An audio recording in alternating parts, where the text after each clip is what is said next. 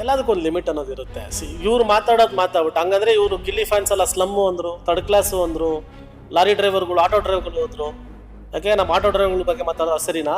ನಮಗೆ ಒಬ್ರು ಮೀಡಿಯೇಟ್ರು ಯಾರನ್ನ ಇರ್ತಾರೆ, ಅವ್ರಿಗೆ ಒಂದು 500 ರೂಪಾಯಿ ಕೊಟ್ಟು, ಒಂದು 1000 ರೂಪಾಯಿ ಕೊಟ್ವಿ ಅಂದರೆ ನಾವು ನಮ್ಮ ಫೋಟೋನ ತಗೊಂಡು ಆ ನ್ಯೂಸ್ಗೆ ಹಾಕ್ತಾರೆ. ಜನ ಏನ್ರಿ ಮಾತಾಡ್ತಾರೆ, ಆಮೇಲೆ ನಮ್ಮನ್ನ ಹಾಕೊಂಡು ತಟ್ಟು ಬಿಡ್ತಾರೆ ಅಷ್ಟೇ. ಸರ್ ದಯವಿಟ್ಟು ಅವ್ರಿಗೆ ಅರ್ಥ ಆಗೋ ಭಾಷೆಲಿ ಹೇಳ್ತೀನಿ, ಅರ್ಥ ಮಾಡ್ಕೊಳಲ್ಲ, ಬಟ್ ಸ್ಟಿಲ್ ಪ್ರಯತ್ನ ಪಡ್ತೀನಿ. ನಾನು ನನ್ನ ಬಗ್ಗೆ ಮಾತಾಡಲಿ, ಬೇರೆಯವ್ರ ಬಗ್ಗೆ ಮಾತಾಡಲಿ, ಸುದೀಪ್ ಸರ್ ಬಗ್ಗೆ ಬೇಡ. ನನಗೆ ಆ್ಯಕ್ಚುಲಿ ಫೋನ್ ಮಾಡಿ ಹೇಳಬೇಕಾಯಿತು, ಬಟ್ ನಾನು ಎಲ್ಲ ಸ್ವಲ್ಪ ತಡೆದಿಟ್ಕೊಂಡೆ. ಸುದೀಪ್ ಸರ್ ಇವ್ರನ್ನ ರೇಗಿಸಿದ್ದು, ಇವ್ರನ್ನ ಹೊಗಳಿದ್ದಲ್ಲ, ಅದು ರೇಗಿಸಿದ್ದು. ಹೋಗ್ಲಿ ಬಿಡು, ಅವ್ರಿಗೆ ಅರ್ಥ ಮಾಡ್ಸೋದು ಕಷ್ಟ. ಲಕ್ಷ್ಮಿ, ಎಲ್ಲದಕ್ಕೊಂದು ಲಿಮಿಟ್ ಅನ್ನೋದು ಇರುತ್ತೆ. ಇವ್ರು ಮಾತಾಡ್ಬಿಟ್ಟು ಹಂಗಂದ್ರೆ ಇವರು ಗಿಲ್ಲಿ ಫ್ಯಾನ್ಸ್ ಎಲ್ಲ ಸ್ಲಮ್ಮು ಅಂದ್ರು, ಥರ್ಡ್ ಕ್ಲಾಸು ಅಂದ್ರು, ಲಾರಿ ಡ್ರೈವರ್ಗಳು, ಆಟೋ ಡ್ರೈವರ್ಗಳು ಹೋದ್ರು. ಯಾಕೆ ನಮ್ಮ ಆಟೋ ಡ್ರೈವರ್ಗಳ ಬಗ್ಗೆ ಮಾತಾಡೋ ಸರಿನಾ? ಜನದ ಹೆಸರು ತಗೊಳ್ತಾ ಇದ್ರಿ, ಸಿಕ್ಕಾಪಟ್ಟೆ ಬಿಸಿ ಇದೀರಾ ಅಂತ, ಬಿಸಿ ಇದೀವಿ ಅಂತ.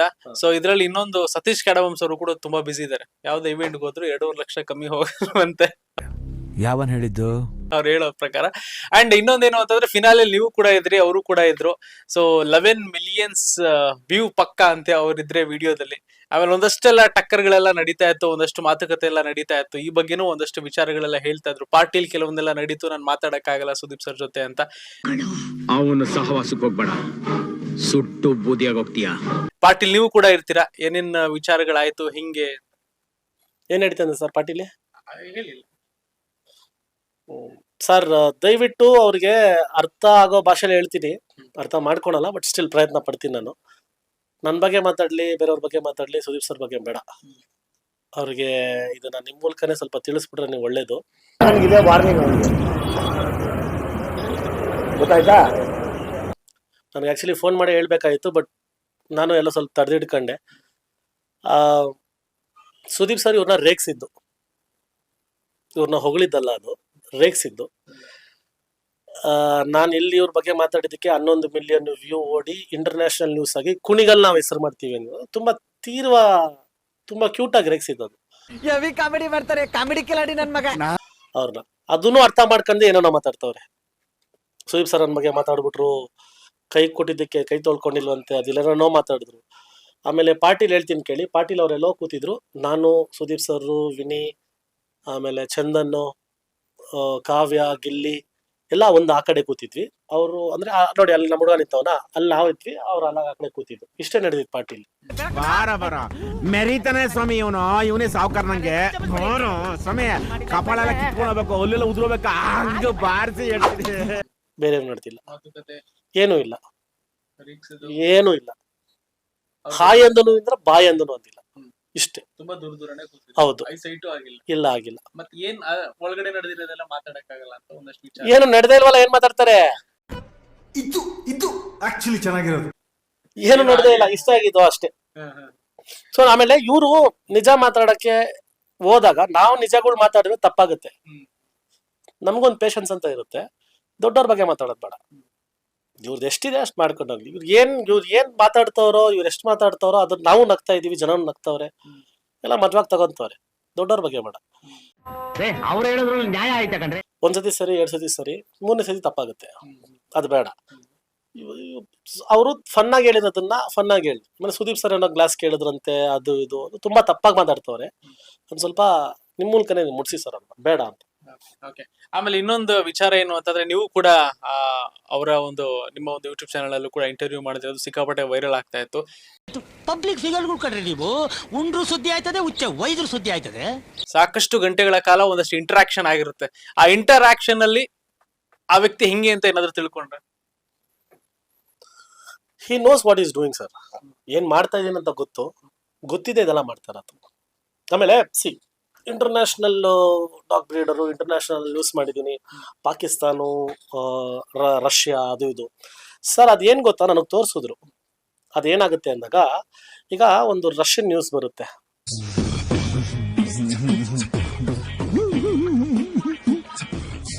ಅಲ್ಲಿ ನಮಗೆ ಒಬ್ರು ಮೀಡಿಯೇಟ್ರು ಯಾರನ್ನ ಇರ್ತಾರೆ, ಅವ್ರಿಗೆ ಒಂದು 500 ರೂಪಾಯಿ ಕೊಟ್ಟು, ಒಂದು 1000 ರೂಪಾಯಿ ಕೊಟ್ವಿ ಅಂದ್ರೆ ನಾವು ನಮ್ಮ ಫೋಟೋನ ತಗೊಂಡು ಆ ನ್ಯೂಸ್ಗೆ ಹಾಕ್ತಾರೆ ಅಷ್ಟೇ. ಅದನ್ನ ನಾವು ಎಡಿಟ್ ಬೇಕಾದ್ರೂ ಮಾಡ್ಬೋದು, ಇಲ್ಲ ಅವ್ರಿಗೆ ದುಡ್ಡು ಕೊಟ್ಟೆ ಹಾಕಿಸ್ಬೋದು. ಅದನ್ನ ಒರಿಜಿನಲ್ ಅನ್ಕೊಳ್ಳೋಣ. ಅಲ್ಲಿಂದ ರಷ್ಯಾದಿಂದ ಬಂದು ಇಲ್ಲಿ ವಿಡಿಯೋ ತಗೊಂಡೋಗಿಲ್ಲ. ಇಲ್ಲಿಂದ ನಾವು ಫೋಟೋ ಕೊಟ್ಟು ಒಂದು 500,000 ಕೊಟ್ಟು ಅಲ್ಲೊಂದು ಫೋಟೋ ಹಾಕ್ಸಿರೋದು ಅಷ್ಟೇ. ಈ ತರ ನೀವು ಒಂದು 1000 ನ್ಯೂಸ್ ಚಾನಲ್ ಮಾಡಿದ್ರು ಹಬ್ಬ ಅಂದ್ರೆ ಎಷ್ಟು ಖರ್ಚು? ಒಂದು 10,000 ಆಗಿರುತ್ತಾ, ಒಂದು 20,000 ಆಗಿರುತ್ತೆ ಅಷ್ಟೇ. ಸೊ ಅದು ಇಂಟರ್ನ್ಯಾಷನಲ್ ನ್ಯೂಸ್ ಇದು, ಆಯ್ತಾ? ಏನೋ ಕುಣಿಗಲಲ್ಲಾಗಿರೋದು ರಷ್ಯಾ ಅವ್ರು ತಗೊಂಡೋಗಿ ಮಾಡಕ್ಕೆ ಏನು ಯಾರಿಗೂ ಕೆಲಸ ಕ್ಯಾಮೆ ಇಲ್ದೆ ಅಲ್ಲ. ನನ್ನನ್ನೇನು ಬೇರೆಯವ್ರ ತರ ಅಂತ ತಿಳ್ಕೊಂಡಿದ್ಯಾ? ಕೆಲ್ಸ ಇಲ್ದೆ ಜಗಲಿ ಮೇಲೆ ಕುತ್ಕೊಂಡು ಹರಟೆ ಹೊಡಿ ಅದಕ್ಕೆ. ಎಲ್ಲ ಸತ್ಯ ಮಾತಾಡ್ಬೇಕು ಅಂದ್ರೆ ನಾವು ಮಾತಾಡ್ತೀವಿ, ಬಟ್ ಅದು ಬೇಡ. ನಿಮ್ ಪಾಡಿಗೆ ನೀವು ಅದೇನ್ ಮಾಡ್ಕೊಂಡು ಹೋಗ್ತಿದ್ರ ಮಾಡ್ಕೊಂಡು ಹೋಗ್ರಿ. ತೀರಾ ಇದು ಒಂಥರ ಚೆನ್ನಾಗ್ ಕಾಣಿಸ್ತಾ ಇಲ್ಲ. ಎಷ್ಟ್ ದಿನ ಅಂತ ಸರ್ ಕೇಳಿದ್ ಒಳ್ಳೆ ಕೇಳ್ಕೊಂಡು ನಮಗೂ ಒಂದು ಪೇಷನ್ಸ್ ಐತೆ ತಡೆಯಕ್ಕಾಗಲ್ಲ. ಅಂಡ್ ಇನ್ನೊಂದು ತಮ್ಮ ಬಗ್ಗೆ ಒಂದಷ್ಟು ಕೆಲವು ನೆಗೆಟಿವ್ ಆಗಿ ಮಾತಾಡೋರು, ನೆಗೆಟಿವ್ ಆಗಿ ಪೋಟ್ರೆ ಯಾರ್ಯಾರೆಲ್ಲ ಮಾಡಿದೆ ಅವ್ರ ಮೇಲೆಲ್ಲ FIR ಹಾಕಿದಾರಂತೆ. ಆದಷ್ಟು ಬೇಗ ಅವ್ರನ್ನೆಲ್ಲ ಜೈಲೊಳಗೆ ಕಳಿಸ್ತಾರೆ. ಹಂಗಾರೆ ಇವ್ರನ್ನ ಫಸ್ಟೇ ಕಳಿಸ್ಬೇಕಾಯ್ತು ನಾವು. ಬಾಡಿಲಿರೋ ಪಾರ್ಟ್ಸ್ ಎಲ್ಲ ಶೇಕ್ ಆಗ್ತಾಗೇನೋ ಬಸಾಕ್. ಏಯ್ ಖಜೂರ್ ನನ್ ಮಗನೇ, ಚಾರ್ಲಿ ಚಾಪ್ಲಿನ್ ಗನ್ ಹಿಡಿದ ಕೂಡಲೇ ಆಕ್ಷನ್ ಫಿಲಮ್ ಆಗ್ಬಿಡುತ್ತೇನೋ ನೀನ್.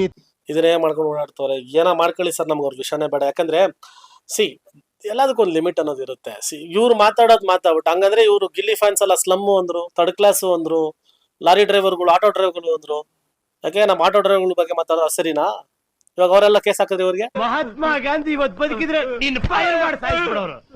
ಲಾರಿ ಡ್ರೈವರ್ಗಳು ಎಲ್ಲ ಹಾಕಿದ್ರೆ ಸೇರಿ ಇವ್ರ ಮೇಲೆ ಕೇಸು. ಇವ್ರು ಮಾತಾಡ್ರೆ ಕರೆಕ್ಟು, ಅವ್ರು ಮಾತಾಡ್ರೆ ತಪ್ಪ. ಸ್ಟಾರ್ಟ್ ಮಾಡಿದ್ ಇವ್ರು, ಅದಕ್ಕೆ ಅವ್ರು ಮಾಡ್ತಾವ್ರೆ. ಇವ್ರು ಮಾತಾಡೋದನ್ನ ಯಾಕೆ ಮಾಡ್ತಾ ಇದ್ರು? ಸುಮ್ನೆ ಇರ್ಬೇಕಾಗಿತ್ತು ಅವಾಗ್ಲೇ. ಗಿಲ್ಲಿ ಬಗ್ಗೆ ಮಾತಾಡ್ರೆ ಗಿಲ್ಲಿ ಕೇಸ್ ಹಾಕೋದು ಇವ್ರ ಮೇಲೆ. ಊರ್ ಬಂದ್ಬಿಟ್ಟು ಹೆಂಡತಿ ಜೊತೆ ಬಾರಿ ಬೆರೀತಾವ್ನ, ಅವನ್ನ ಚೆನ್ನಾಗಿರೋ ಬಿಡ್ಬಾರ್ದು ಅಷ್ಟೇ. ಹೌದೌದು, ಕೂದಾ ಕೊಡ್ಬೇಕು. ಗಿಲ್ಲಿ ಕೇಸ್ ಹಾಕೋದು ಇವ್ರ ಮೇಲೆ. ಇವಾಗ ನನ್ ಬಗ್ಗೆ ಮೊನ್ನೆ ನಾನು ಯಾವ್ದೋ ಇಂಟರ್ವ್ಯೂ ನೋಡಿದೆ, ರಜತ್ ಅವ್ರಿಗೆ. ಆಮೇಲೆ ಅದಿದೆ ಬಂದಿದೆ ದೊಡ್ಡವ್ರಿಗೆ, ನಾನ್ ನೋಡ್ರೆ ಹೊಟ್ಟೆ ಊರಿ ಅಂತೇನೆ ಹೇಳವ್ರೆ.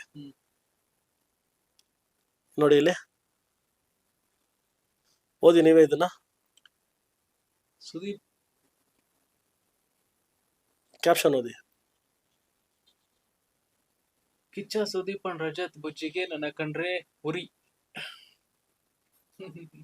ನೋಡಿ, ಈ ತರ ಎಲ್ಲ ಮಾತಾಡ್ಕೊಂಡ್ ತಿರಾಡಿದ್ರೆ ಯಾರಕ್ ತಲೆ ಕೆಡಲ್ಲ?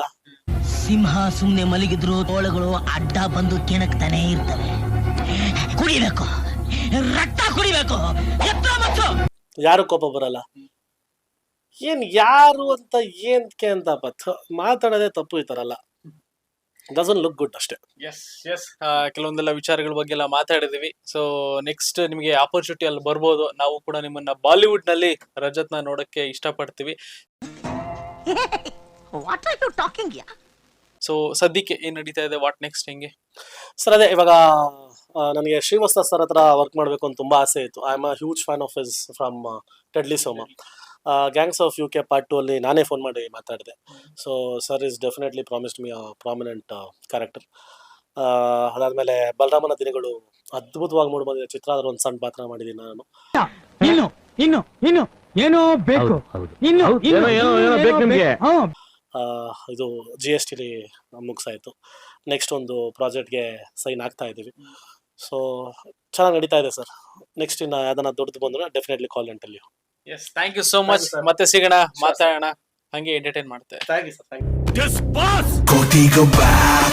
ಕನ್ನಡ ತಾಯಿ ಮಕ್ಕಳೆಲ್ಲ ಎದ್ ಬಂದ್ರಪ್ಪ, ಹೋಗ್ಬಾ.